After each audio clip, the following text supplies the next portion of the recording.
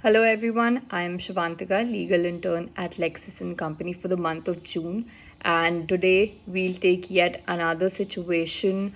We'll discuss about it, wherein most of the manufacturers basically find themselves in, most of the contractors basically find themselves in.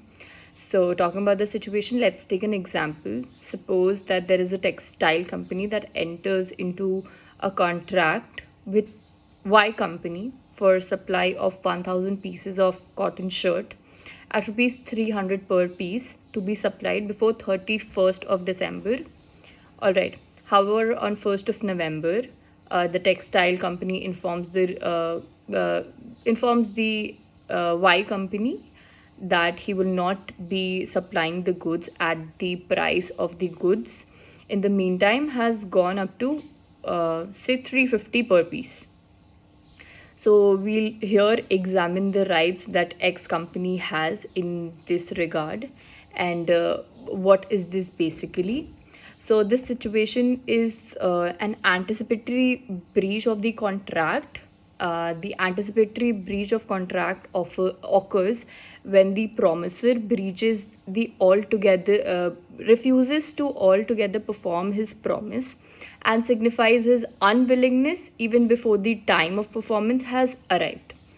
In such a situation, the promisee can claim the compensation by the way of loss and or damage caused to him uh, by the refusal of the promiser.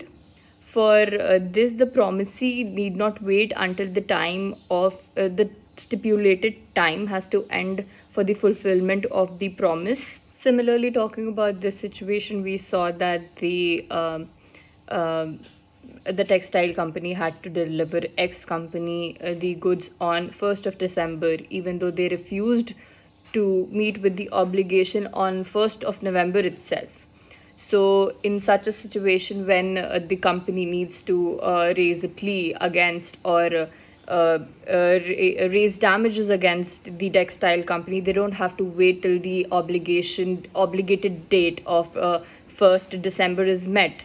On the other hand, on 1st November itself, the time up to 31st December for performance of the contract of goods of supply, it is therefore called as the anticipatory breach of contract.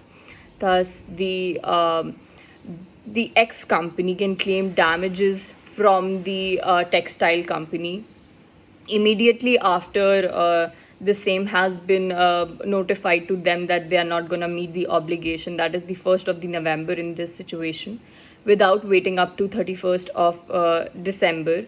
The damages will be calculated on the basis of the a difference between the two prices. Also, let's talk about what exactly the Y company has, the rights it has in this situation. So first of all, it can also call for cancellation of the contract itself without taking any legal action to call for. The promisee can opt for the cancellation of the contract upon the promiser's explicit statement of the failure to perform.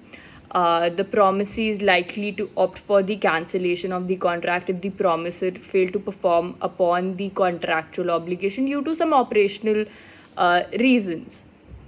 On the other hand, he can even opt for no sort of reaction in this situation. Also, the promisee can elect to do nothing once the promiser has stated that it would be impossible for him to perform the obligation, and the promisee is more likely to do this if not they do if they have a very strong relationship with the promiser. But on the other hand, when the legal action is required in such a situation, if the promiser explicitly states that the promisee that he cannot deliver upon the terms of the contract, the promisee can proceed with the legal actions against the promiser before the contractual delivery date itself.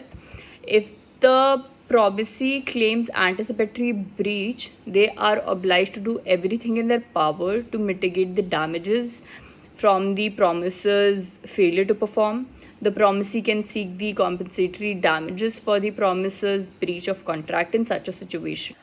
These anticipatory breaches are most commonly applied in the cases of bilateral contracts. A bilateral contract is where two parties agree to fulfill their contractual obligation by on a predetermined date. It is relatively easy to identify the performance obligation of the promisee and the promiser. Therefore, it is simple to calculate the fair compensatory damages in this situation. Unilateral contracts create complexity in calculation of compensatory damages, and therefore, an anticipatory breach is rarely applied to those unilateral contracts. An added level of abstraction exists because of the performance obligation are often contingent on happening or non happening of something.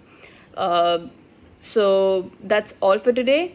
Thank you. I hope you understand the difference here and the concept here. Thank you.